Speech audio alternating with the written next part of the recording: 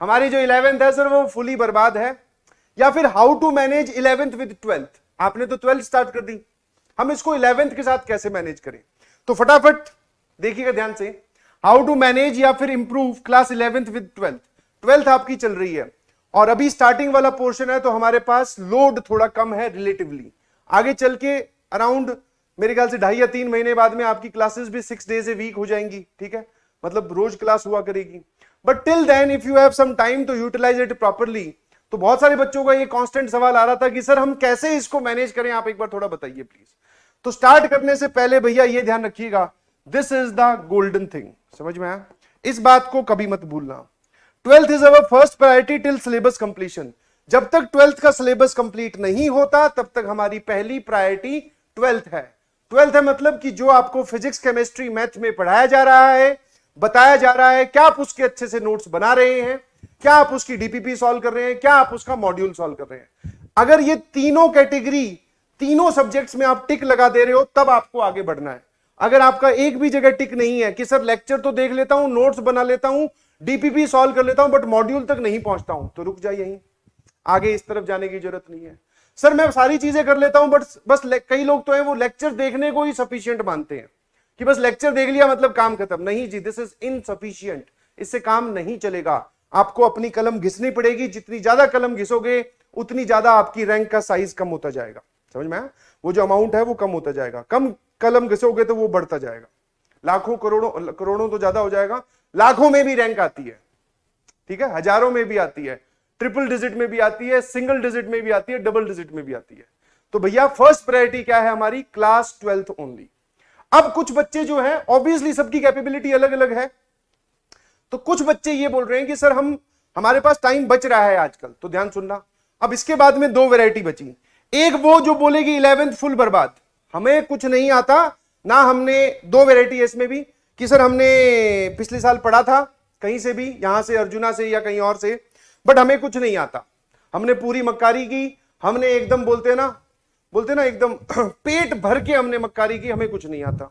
या फिर जो लोग बोलेंगे सर हमने 11th में कभी कोचिंग की नहीं, तो 11th फुल बर्बाद। जबकि दूसरी कैटेगरी है वो ये बोलेंगे सर हमने 11th पढ़ी है, हमने अपना हार्डवर्क वहां दिया था, हमें सिर्फ कुछ चीजें रिवाइज करने की जरूरत है। तो जो इस कैटेगरी में लाइक करते हैं, जो बोलेंगे 11th फुल बर्बाद, उनसे मेरी रिक्वेस्ट है कि आपके पास क्लास 11th के अर्जुनास के लेक्चर्स का एक्सेस है, जाइए वो लेक्चर देखिए। और कब देखने हैं वो आपको लेक्चर, जब आपके पास फ्री टाइम हो, that is Saturday Sunday. Saturday Sunday के अलावा भी आपके पास कोई छुट्टी आती है, जैसे अभी ईद की छुट्टी आने वाली है, खुशखबरी खुशखबरी खुशखबरी, है ना।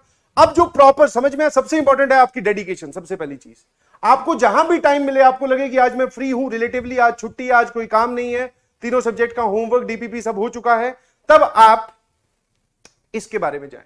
अब बहुत सारे लोग बोल रहे हैं सर लेक्चर पूरे पूरे देखें या one shot, that is again depending on your capability. आपको अगर वन शॉट से पूरा समझ में आता है, यूट्यूब पे जो अपने लेक्चर्स अपलोडेड हैं, अगर आपको वन शॉट से लगता है कि यस आपने टॉपिक ग्रैब कर लिया है, तो वन शॉट के लेक्चर देख लो चाहे। But if you want detailing चाहते हो तो आप पूरे क्लास 11th के अर्जुना के लेक्चर देखो, स्पीड 2x पे करके।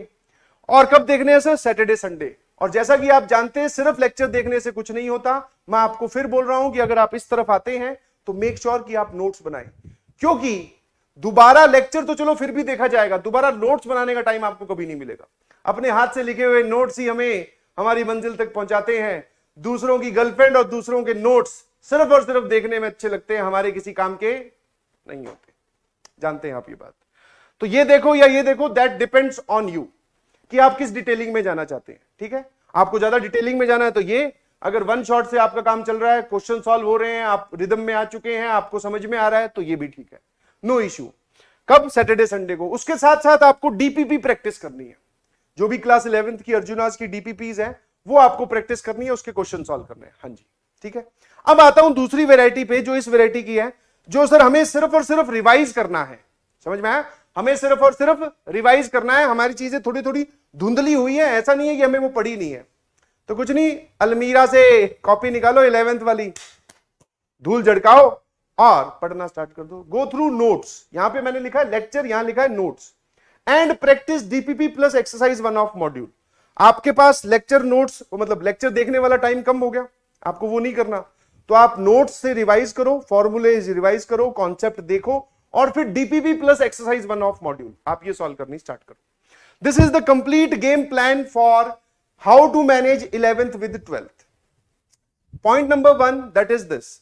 इसके आगे आप तभी बढ़े जब मैंने आपने उन तीनों पे टिक कर लिया हो कि सर अभी रनिंग क्लास में हमारी डीपीपी नोट्स और मॉड्यूल कंप्लीट चल रहा है, क्या हम अब इस तरफ शिफ्ट हो सकते हैं? तब अगर आपका एक भी टिक, मतलब टोटल 9 टिक हो गए ना, फिजिक्स में 3, केमिस्ट्री में 3, मैथ्स में 3, 9 में से अगर आप 8 टिक पे भी हो तो भी मत जाना इधर।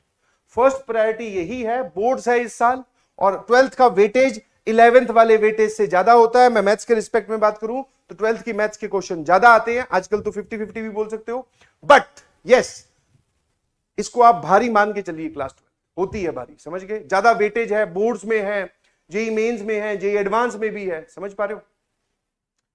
ठीक है। हाँ हाँ, यूट्यूब पे I am saying that is obviously मंजिल कहीं और देखोगे समझ में भी नहीं आएगा, वो आप जानते ही हैं।